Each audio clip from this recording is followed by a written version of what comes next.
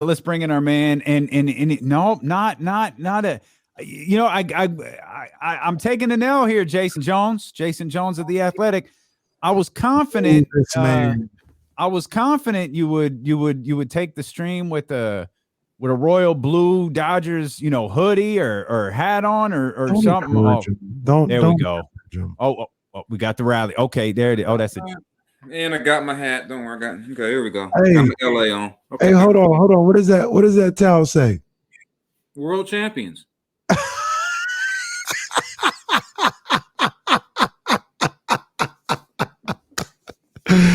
Funny how for that thing last year.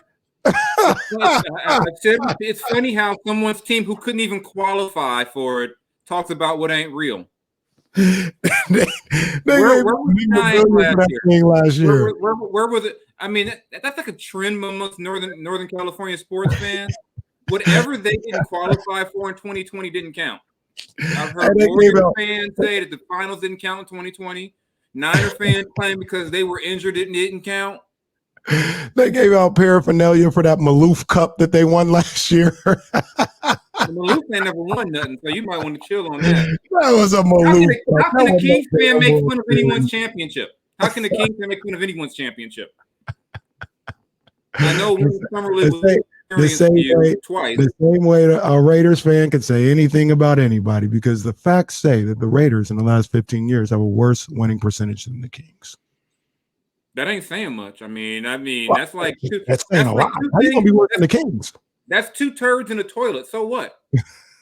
And there you go. I mean, if you're gonna have the we're not as bad as them, Olympic. Leave me out of it. I don't care. I mean, bad is bad. I don't care if they won 35% of their games, but they won 38. So neither one of them sniffed anything. I can't believe I actually put paraphernalia out for that thing last year. That's crazy. I can't believe the Giants fans were so happy on Friday and I couldn't find them on Saturday. I mean, you had a lot to say on Friday. This is a real playoff environment. They should. It was. This ain't Arlington. Our pitcher, you walk out to get to our pitcher, and he drove in the runs, and all of a sudden the route is on, and I can't find y'all. All y'all was watching Tyson Fury on Saturday, apparently. To be fair, all of y'all watched Tyson Fury on Saturday, right? To be fair, Jason, how many times have I told you who's the guy that I worry about the most in the Dodgers pitching rotation? I don't care what you say. I'm talking about. I said it was Urias. I said it was Urias. All I heard was they're shook by this environment. They can't deal with this. Well, give me a break. It was one game. Okay. And so it's a series. It's a series. What's going on tonight? According to you, the series is over. I feel good. The series is over, correct? What? I know. The Giants aren't winning another game, correct? Ideally, that's correct. Ideally. No, you said Dodgers. I said in 4. I said they split. They won game. I said they split, and then So let's see if they can actually do it. That was my prediction. Yeah, my prediction was in 4. They split. They split the first 2 and get the 2 at home. That was my prediction. Mm-hmm. But after game 1, I didn't know, because the way you were talking, it was like, oh, they are. Oh my God, they won it. It's over now. What? Humble hearts. Yeah, it's at the exact. Yeah, that's at the exact humble hearts. All of a sudden, the whole no one's giving us a chance. They don't respect us. I literally said the exact opposite. I in the same video that you referenced, I'm sitting here saying, "Hey, it's just one game. They got to come back and still handle business." Literally said the exact opposite. Humble hearts thing. What's up with that? Because I'm being humble out here. Yeah, we won, but it's not over. That's a humble heart. You were saying that before. During the wild card game. Well, y'all ain't even in the playoffs yet. And then y'all just think y'all gonna steamroll us.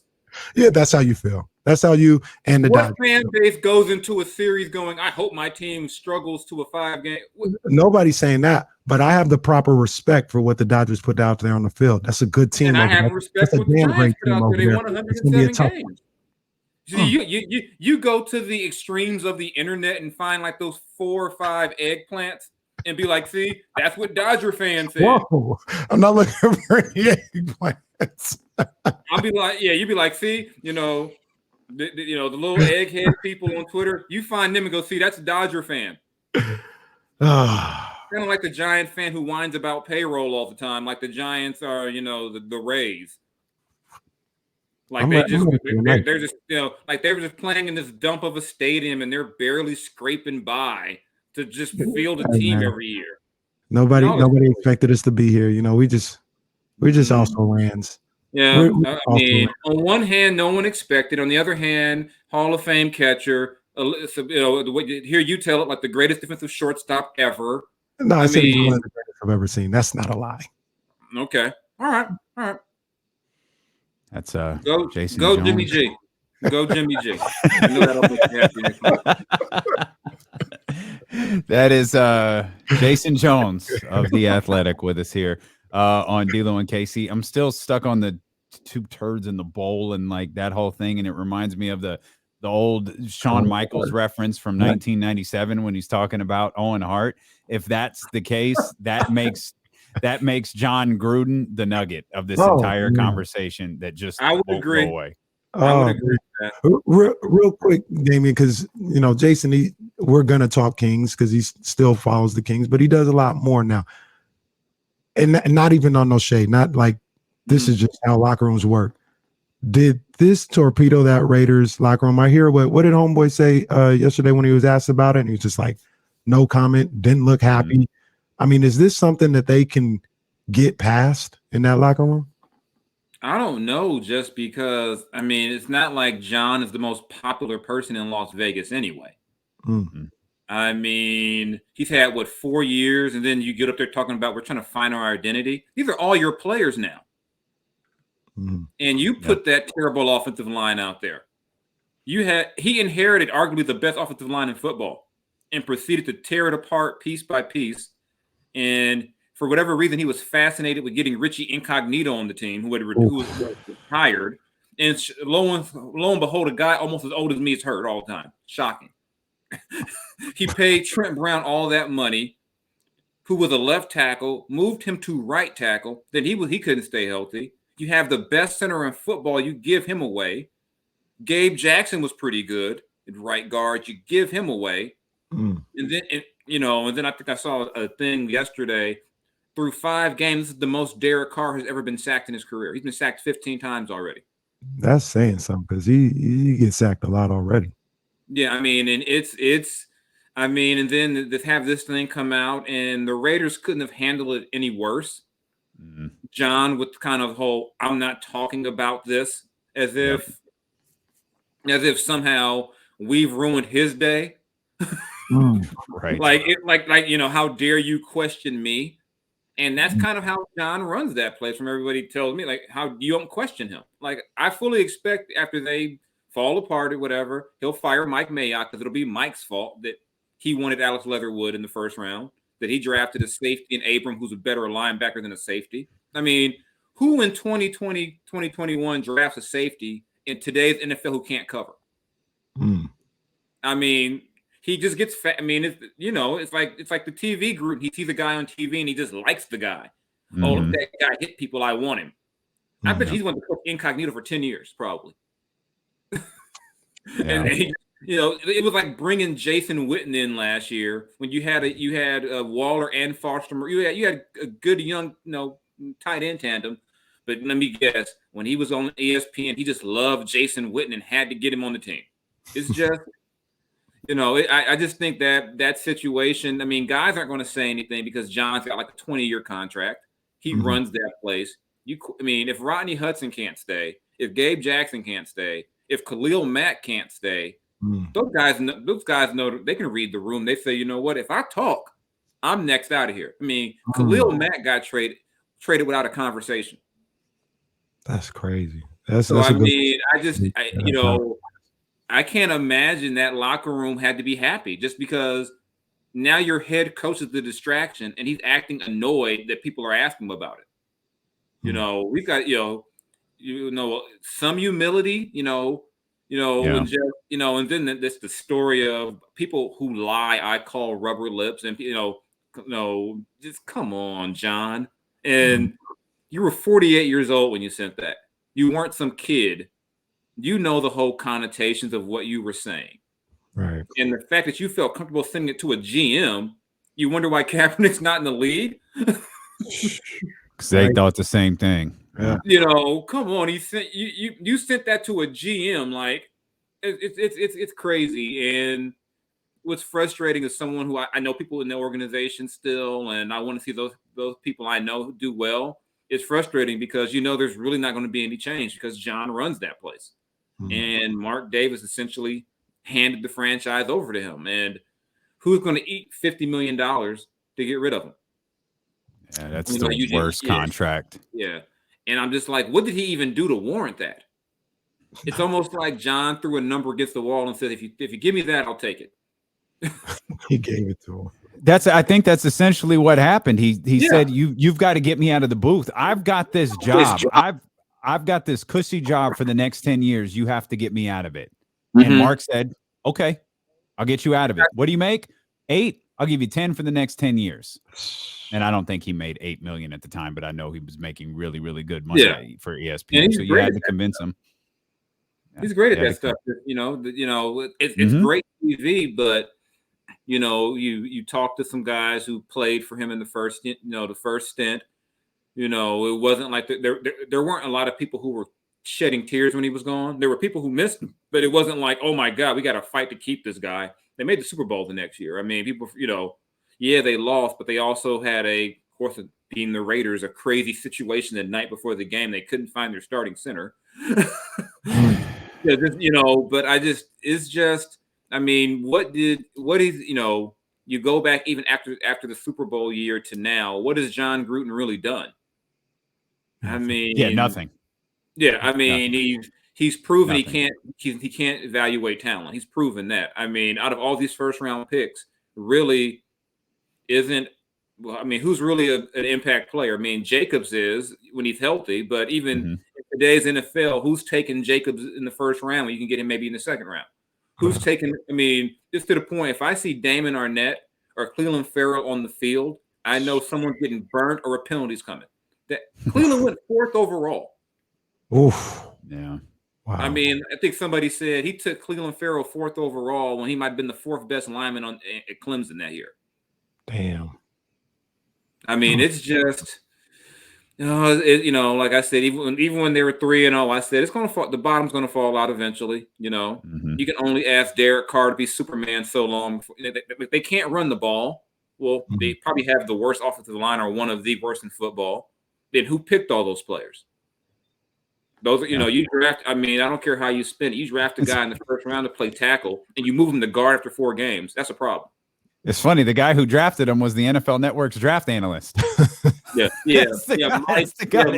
drafted them. Yeah, right. Yeah, fair point. Yeah. Jon hired Mike. So yes. I mean, I'm pretty sure whenever Mike says, Jon goes, "Thanks for the information. I'm gonna do what I want to do. You go explain to the media why we took this guy." We're familiar with that, covering the San Francisco 49ers. It's essentially the same. It's essentially the same exact dynamic. John Lynch was doing television. He called Kyle Shanahan and said, "Hey, I'd love to come work with you there." And Kyle said, "Cool, but let's not get confused as to what the power structure is." Twisted. Yeah. But at least they've won some games. At least, I mean, what have the Raiders gotten out of this deal except, false hope halfway through the season the previous 2 years? I mean, they've gotten nothing out of this. Only 6 more years until that contract expires. So just maybe in year 8 they say, you know what, Jon, we got to end this. Year 8. Damn, in year 8. Boy. There's some perspective right there. Jason Jones of The Athletic with us. Before we get to the Kings, let's stay in the locker room here for a minute. As according to multiple reports, gotta pass this along. Trey Lance has a left knee sprain. Oh, his availability for the Colts game is in question. Well, the good news with that is Kyle Shanahan didn't want to play him anyway, so it may not matter. But Trey Lance with a left knee sprain, his availability for the Colts game is in question. But again, Kyle Shanahan already put Trey Lance's availability in question when he Kyle, said Jimmy Garoppolo was going to play. Ooh, this is good. He's giving Jimmy a high five on the low five. He's like, yeah, got you back out there, Jimmy. See. As ahead, partner. I was just gonna say, as we once heard on Good Times one time. Come on. Flip side. Oh, not that. I know you wanted. I know you wanted to play damn. That's all right. Or we could go Cardi. Damn. You're having a rough day over there, boy. I'm telling you, we're executing like the 49ers today. Let's starts everywhere. Let's get back into the locker room there for a minute before we get to the Kings. So Ben Simmons just gonna walk his happy ass back into that locker room in Philadelphia all of a sudden? This is going to be. I mean, I guess this is just weird and bad and confusing. And ideally, what Ben should have done is it's funny. Kwame Brown said it best. Actually, you should have went to camp and then hurt your back. Mm-hmm. I've got a sore back. Don't let them take your money. Go, we've guys have been doing this for decades. You get to camp, oh my God, my hamstring is sore. I can't do anything. Look, James Harden did it last year. Yeah. It's just, but the way those guys talked about him after that loss in the playoffs, I can get why Ben wouldn't want to be there. And I can get why Ben was like, don't fly here to talk to me. I heard what you said. But, they act like they didn't talk about Ben like he was the worst player ever. Yeah. And then we're going to fly to LA, convince you to come hang out with us again. It's like, come on. I don't know how, and never mind the locker room. I would love to be in the building, his first game in Philly. Oof, that's going to be crazy. I know several Sixer fans who were like, we never want to see him again. Man. We never want to see him in a Sixers uniform. And they got to, I can imagine Doc is going to get cheered whenever he sits Ben. It's going to be ugly. Oh God. It's going to be like, it's going to be like substituting Ben Simmons. Yay, Ben's going back in. But I just can't see how you can go. I guess you can go through a whole year like this, but I just really wonder how fractured that locker room is, just because he's held out, and like I said, the way they talked about him. When Embiid gets up there as if he didn't have a bad game too, and says the game got lost when we had a layup and we didn't shoot it, as if he didn't turn the ball over at the top of the key more than once. It's that's going to be a real interesting, weird environment. Yeah. Do you think it's still a possibility that Ben is going to pull the whole Kwame Brown? And he's like, all right, I'm going to make sure these checks came through. I'm a report, but yeah, back spasms today. Sorry, Doc, back spasms. It wouldn't shock me. He hasn't played in months now, so he's going to need time to get himself in game shape. And then even then he can't, I can't push myself just yet. I haven't had a training camp. This is, as long as his check's clear, we know what the play is. Daryl Morey is going to continue to ask for an obscene amount of players and picks in return, and then everyone's waiting for that price to come down. And once it eventually comes down, that's when you actually get some real action. Because right now, what they're asking for is so unreasonable. No one's giving you all that for yes, he's an all-star and a great defender, but come on, this is not. You're not trading for Kevin Durant. This isn't James Harden in the deal. Mm-hmm. This is Ben Simmons. We got there's levels to all-stars, and he's not going to come in. I don't think Ben Simmons comes in and transforms your franchise. Wow. Speaking of all-stars, we've had a chance to, or at least hopefully, speaking of all-stars, we've had a chance to watch De'Aaron Fox a couple of times here in the preseason. And, James noted, so I'm not sure if you've had a chance to be around De'Aaron Fox. He does look noticeably different. You could see him kind of turning into an older man, essentially, like he's filled out a lot more. His face is thicker. Like he is realistically, do you think this could be the year he breaks through and becomes an all-star? Depends on the Kings record to me, because I just think the is West, 500 good enough? he gets the Kings to 500, I would think that's good enough because I think if they're 500, they're at least top 8, top 9. Okay. And he'll be a big reason why they would be there. I mean, and I think a lot of times we forget with these guys, they come in so young. I know even with all of us, you don't have your quote unquote grown up body till you're like 22, 23.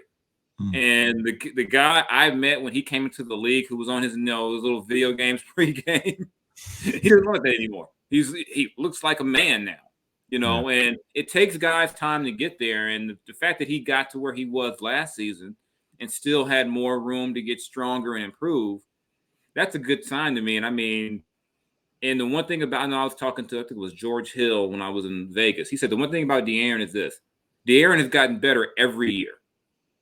And he said you have to give him credit for that. That a lot of guys might have had that good second year and leveled off. Okay, 19 points a game. Okay, but De'Aaron continues to get better every year. And De'Aaron's also a very self-aware player.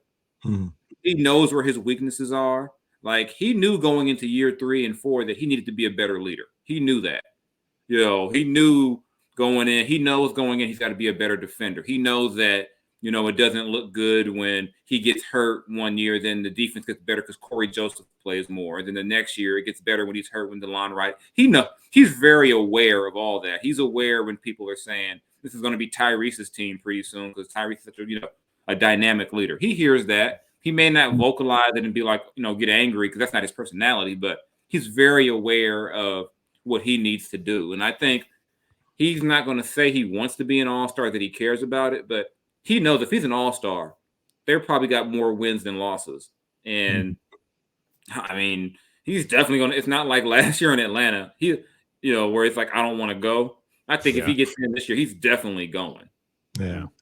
And speaking about De'Aaron and then kind of piggybacking off of that and going to another guy I wanted to talk about, did it carry a little more weight for you, especially somebody that's been around these guys and how De'Aaron talks, when he came out last week and said Davion Mitchell might be top 5 on-ball defender in the game?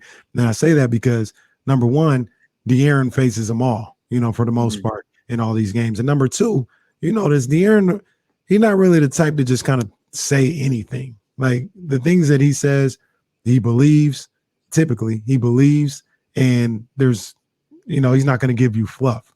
Do you kind of buy into his belief that Davion is one of those top on-ball defenders already? I buy into it because he's so fast. So he would know if a guy, if a guy's giving him problems with his speed, that's going to register quick with De'Aaron. And like you said, De'Aaron doesn't give you kind of the fluff answers. De'Aaron's very, he's very, I don't want to say matter of fact, but I mean, he's very straight to he gets to the point. He may not get overly dramatic and, get emotional, and yell, but De'Aaron's not going to go out there and say a guy's good if he's not. That's just not how he is. He's not going to go out there and be like, he's not going to be like, yeah, Davion's, this and this, if he doesn't believe it. That's just the way, like I said, and if you know De'Aaron, if you also know his dad, he can't help it. He doesn't, he has no filter when it comes to that stuff. He's not going to lie to you about that. So I believe it. And everyone I've talked to about in the organization and out there about Davion, they'll tell you they really think he's got a chance to make a real impact. Just with the energy he plays with. Like we've said for years, the Kings need some dogs. We've been saying that for years. I think they got some now.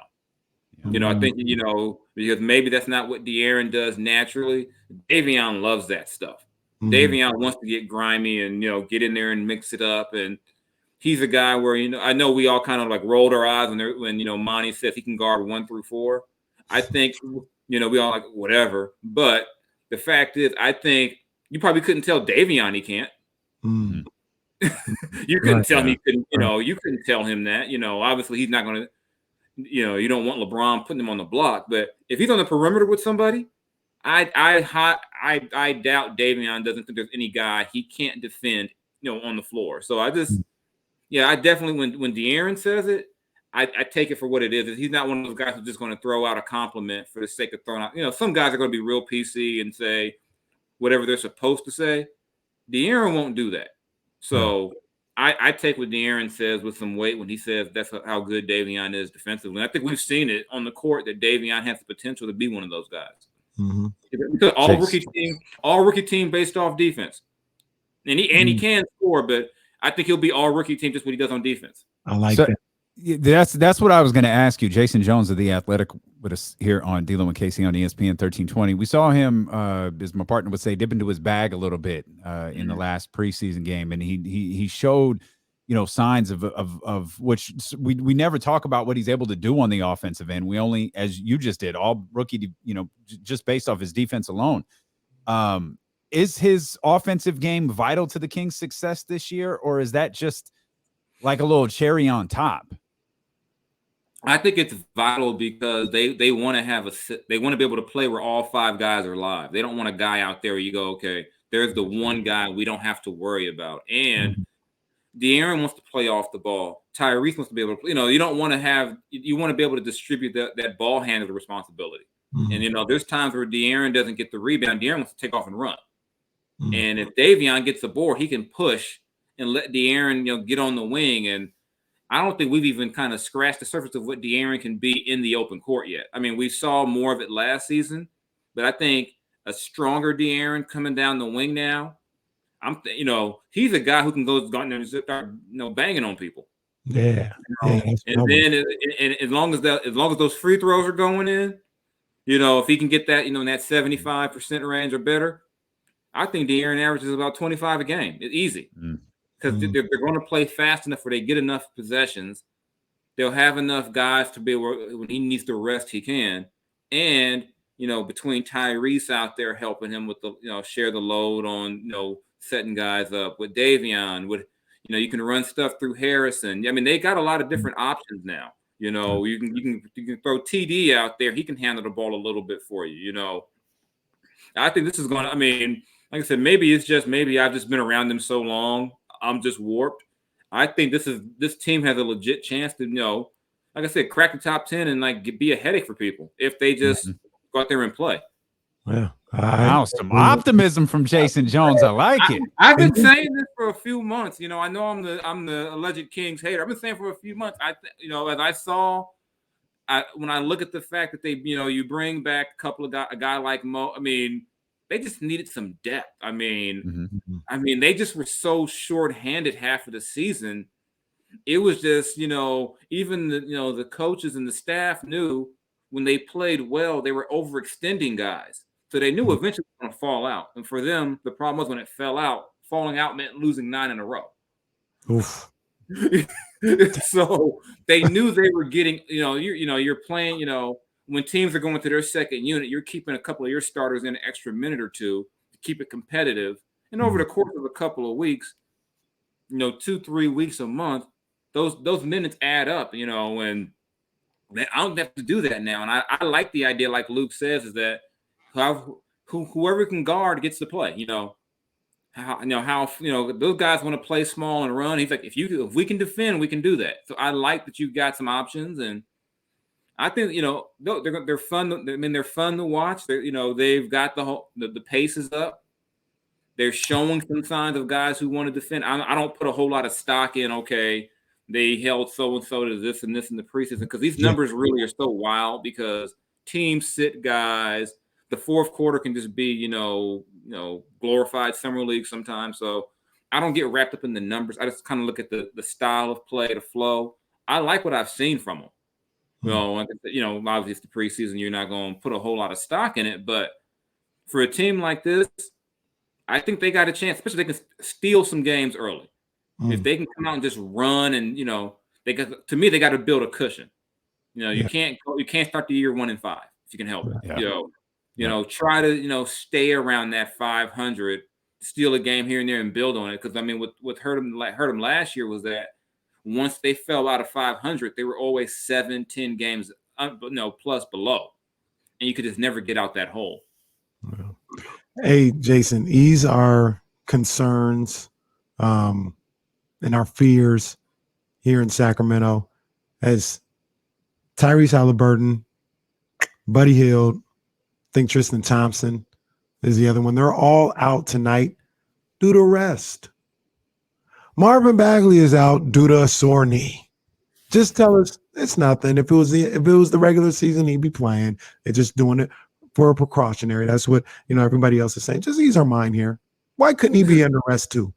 This is 2021 NBA with the other three. Remember Tyrese was load managed in his second preseason game last year. So that is what it is. I remember being like, oh my God, is he hurt? They're like, no, that's just, as Luke said, that's the doctors. They do what they do. He just goes along with it. They say the guy needs rest, he rests. Marvin, he didn't have a full. He didn't have a full training camp in about 2 years. Wow. Remember, he had COVID last year. Oh, that's right. That's right. I'm not surprised with Marvin. I don't think it's anything to go crazy about, because he doesn't have a history of like knee injuries. First, it's not like he's come off a bunch of knee things, but he hasn't been able to play. That's one thing about Marvin is just that he's gotten hurt so often. He hasn't had those long stretches of playing.